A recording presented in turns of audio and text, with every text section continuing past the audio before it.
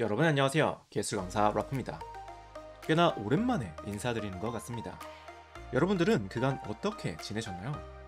저희는 이번에 변경된 일반기획이사 24년 출제 유형에 대한 많은 분석을 진행하고 있고, 이를 토대로 현재는 교재 개정 중에 있습니다. 개정된 교재는 12월쯤 출시할 예정이고요. 일정이 가까워지는 대로 다시 한번 소개시켜드릴 예정이니까 참고해 주시기 바랍니다. 원래는 교재를 완전히 개정한 다음에 강의를 찍으려고 했는데, 여러분들과 소통도 많이 하고 싶었고, 특히나 기계재료 부분을 궁금해하시는 분들이 많으셔서 교재를 만드는 중간중간 이렇게 강의 영상을 찍어보려고 합니다. 이번에 함께 알아볼 부분은 항원열 처리에 대한 내용을 가지고 왔습니다. 항원열 처리, 알고 나면 정말로 간단한 이론이지만 생각보다 이해하는데 많은 어려움을 겪으시는 분들이 계시다는 걸 알게 됐고, 여러분들이 헷갈려하는 부분들 위주로 알려드리면 충분히 쉽게 이해하실 수 있으실 것 같아서 함께 간단하게 알아보려고 합니다. 강의 길지 않을 거고요. 짧고 담백하게 알려드릴 테니까 집중 바짝 하시고 천천히 들어가 보도록 하죠.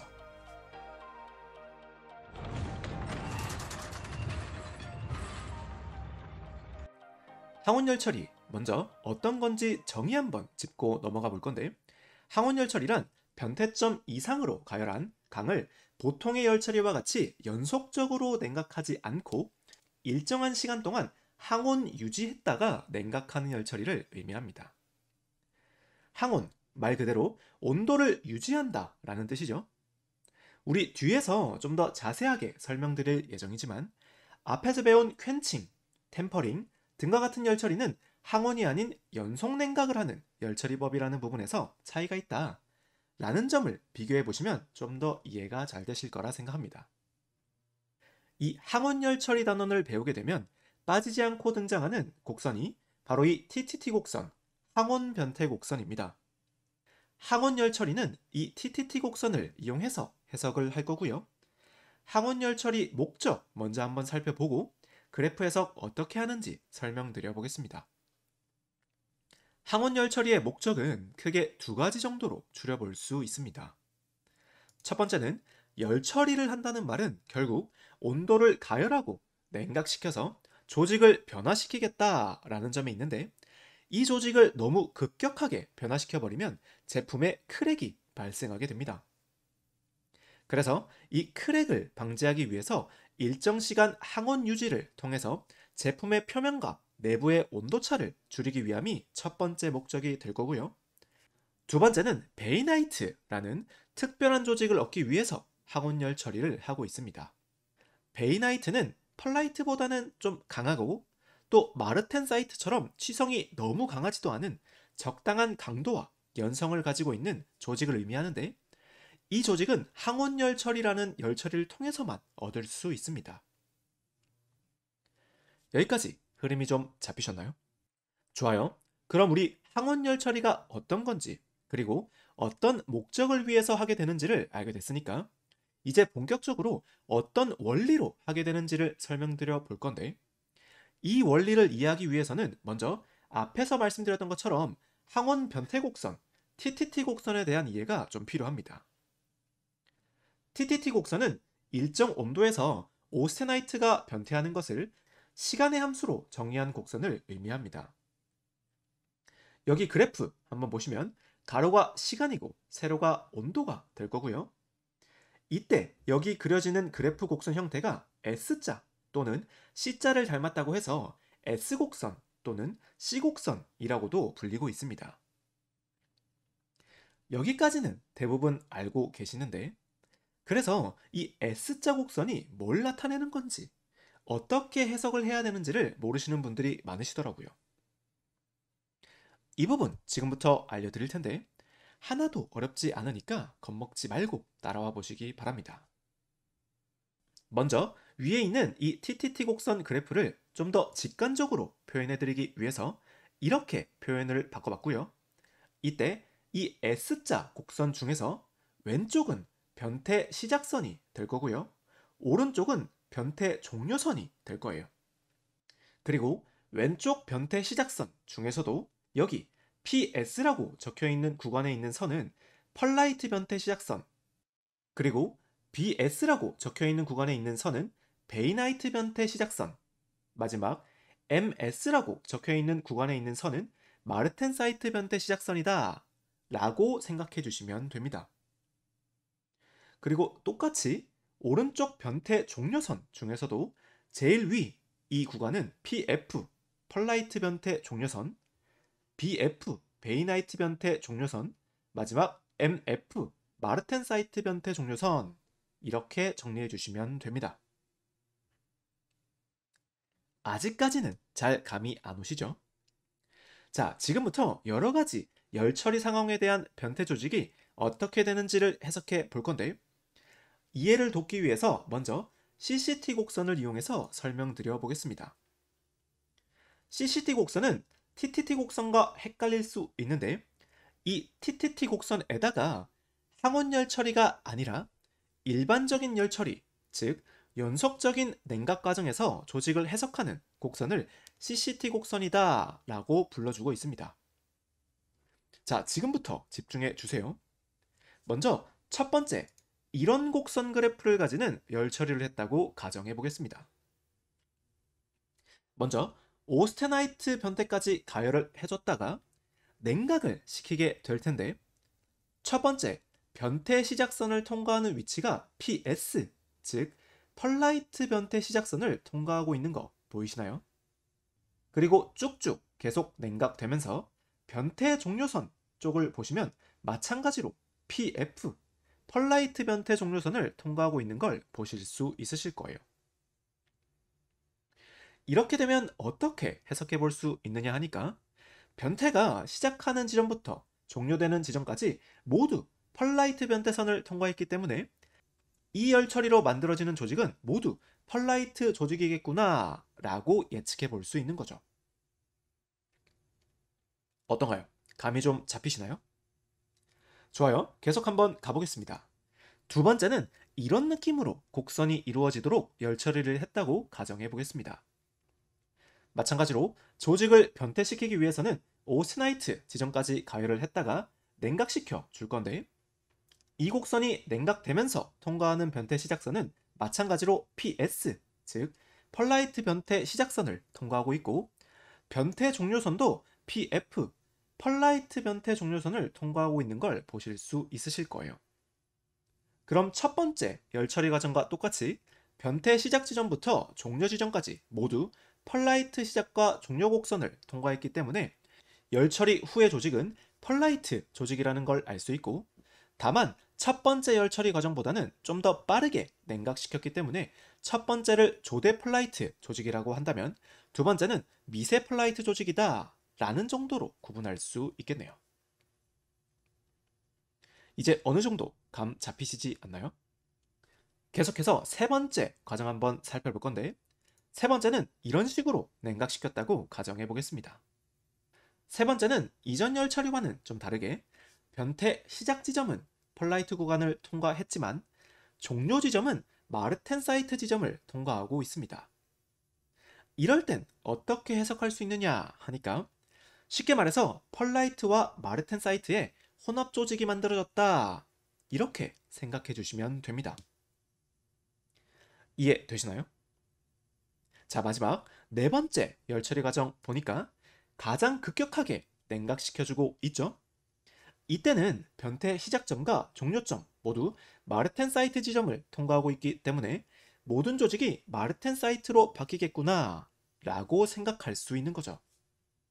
이렇게 TTT 곡선을 어떻게 해석하면 되는지를 CCT 곡선을 이용해서 알아봤고요. 우리 항원열 처리의 목적 중에서 베이나이트 조직을 만들기 위함이다 라는 게 있었는데, 이 그래프를 보시면 좀 느껴지시겠지만 여기 펄라이트 변태 시작점이 베이나이트 변태 시작점보다 좀 더 왼쪽으로 튀어나와 있기 때문에 일반적인 연속 냉각 열 처리로는 베이나이트 조직을 얻기가 거의 불가능하겠구나 라는 지점도 간접적으로 아실 수 있으실 거라 생각합니다.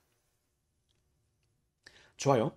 여기까지 이해되셨다면 다음은 이제 본격적으로 대표적인 항원열 처리 4가지에 대해서 알아보도록 하죠.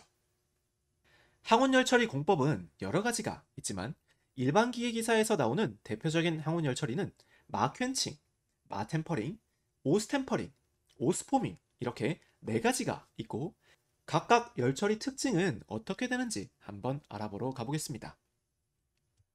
처음 소개시켜드릴 항온열처리는 마퀸칭입니다. 마퀸칭은 항온열처리 목적 중에서 첫 번째 목적이었던 퀸칭, 즉 담금질을 할 때 내외부의 급격한 온도 차이로 인해서 제품의 균열이 발생하는 걸 막기 위해서 하는 항온열 처리 방법입니다.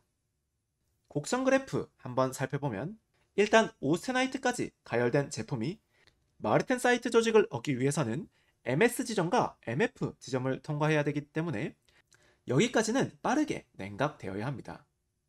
근데 이제 MS 지점을 통과하게 되면 여기서부터 마르텐사이트 조직이 만들어지기 시작할 건데 제품이 급격하게 냉각되어 오다 보니까 내외부가 아직 온도 차이가 많이 나 있을 수 있을 거고 그래서 본격적인 MS 지점을 통과하기 전에 이렇게 일정 시간 항온 유지를 통해서 전체적으로 제품의 온도를 맞춰주는 작업을 해주게 될 거예요.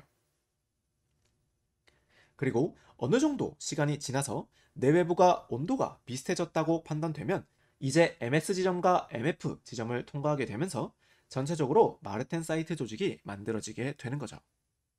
어떤가요? 이해가 좀 되시나요?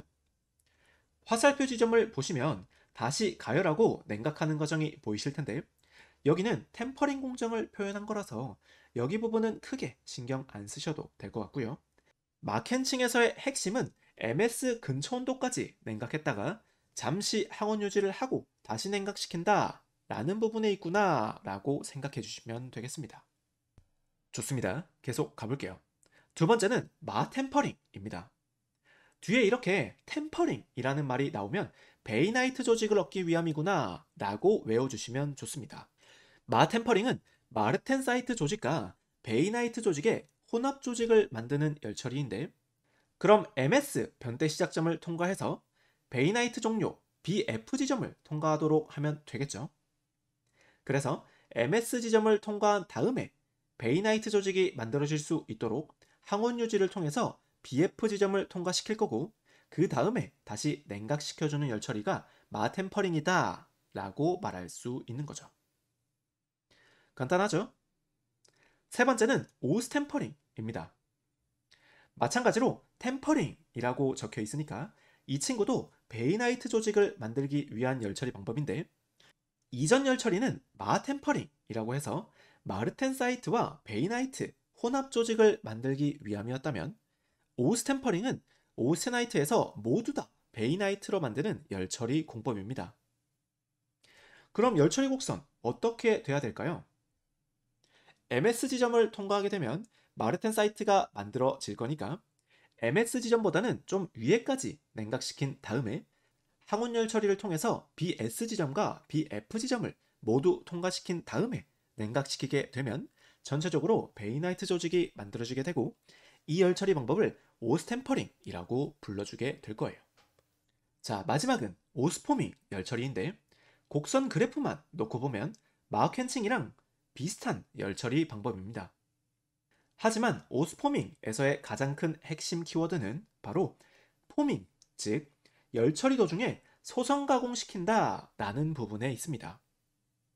제품을 소성 변형시키게 되면 그 응력으로 인해서 강도 등이 올라가게 되는데 이를 이용해서 열처리 도중에 소성 가공을 함께 진행시켜서 좀 더 나은 기계적 성질을 꾀하게 되는 항온 열처리 방법이다 라고 생각해 주시면 됩니다. 어떤가요? 항온 열처리 이제 이해가 좀 되시나요? 전체적으로 흐름 다시 한번 잡아보면 항온 열처리는 열처리 시에 발생할 수 있는 크랙 방지와 베이나이트 조직을 얻기 위해서 하는 열처리 공법이었고 이 항온 열처리를 이해하기 위해서는 TTT 커브를 확실하게 이해하실 수 있으셔야 했었어요. TTT 커브의 가장 중요한 핵심은 변태 시작선과 종료선이었고 이 선들을 어떻게 통과하는지에 따라서 열처리 후의 조직이 결정되더라. 그리고 이 항온 열처리를 이용한 열처리 방법은 크게 4가지 정도로 있었는데 균열 방지 및 마르텐사이트 조직을 얻기 위해서 사용하는 마퀸칭 그리고 마르텐사이트와 베이나이트의 혼합 조직을 만들기 위해서 하는 마템퍼링 이번에는 혼합 조직이 아니라 전체적으로 모두 베이나이트 조직을 만들기 위해서 하는 오스템퍼링, 마지막 열처리 가공에 소성 가공까지 더해서 기계적 성질을 개선하는 오스포밍까지, 이렇게 4가지 열처리에 대해 정리해 봤었습니다. 이 정도로만 아시면 항원 열처리 문제는 모두 다 푸실 수 있으실 거라 생각하고요. 이론 정리 잘 해주셨다고 믿고 문제 몇 문제 준비했으니까 같이 풀어보고 영상 마치도록 하겠습니다.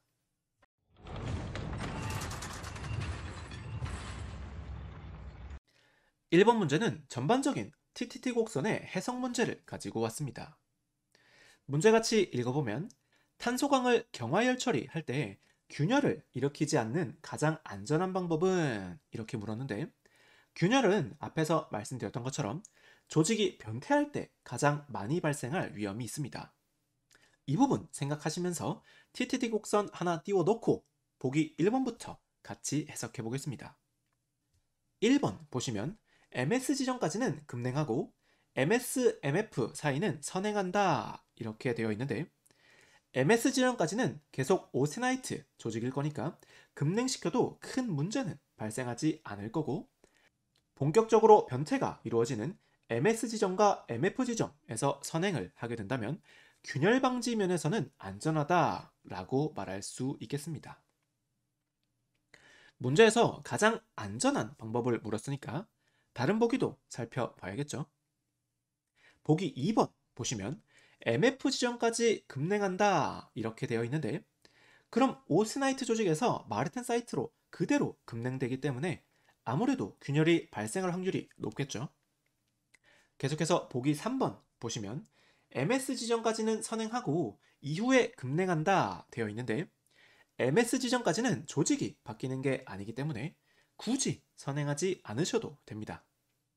하지만 이후에 급냉한다 라는 부분에서 아무래도 1번 보기보다는 덜 안전하다 말할 수 있겠죠. 마지막 4번 보기 보시면 MS, MF 사이까지 선행한 다음에 급냉한다 라고 되어 있는데, 이 역시 조직이 계속 변화하는 구간에서 급냉시키고 있기 때문에 안전의 측면에서는 1번보다는 균열이 발생할 확률이 높겠다, 이렇게 말할 수 있겠네요. 그럼 결과적으로는 가장 안전한 방법은 1번 해주시면 되겠네요. 좋습니다. 2번 문제 바로 한번 보시면 그림과 같은 항원 열처리를 통해서 마르텐사이트와 베이나이트 혼합 조직을 얻는 열처리는? 이렇게 물었어요. 베이나이트 조직을 얻는 항원 열처리 방법은 열처리 이름 끝에 템퍼링이라는 말이 있으면 된다고 했고, 우리가 배웠던 4가지 항원 열처리 방법 중에서 템퍼링이 들어가는 열처리는 2가지 있었죠.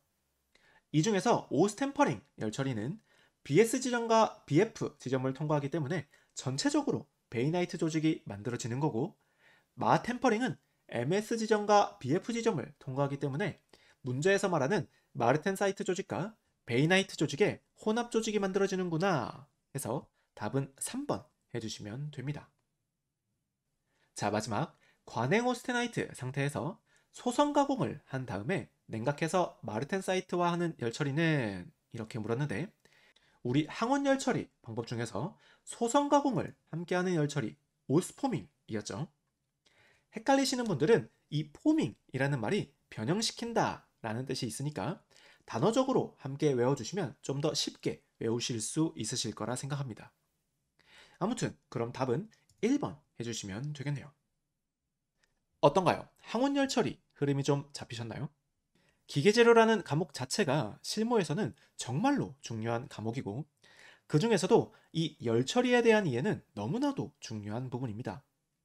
너무 어렵게 느끼지 마시고 제가 잡아드리는 이 흐름을 잘 따라와 주신다면 여러분들은 어느 순간 아주 멋진 엔지니어가 되실 준비가 되어 있으실 거라 확신합니다. 오늘 강의 들으시느라 너무 고생 많이 하셨고요. 다음 강의는 더 좋은 영상으로 찾아뵙도록 하겠습니다.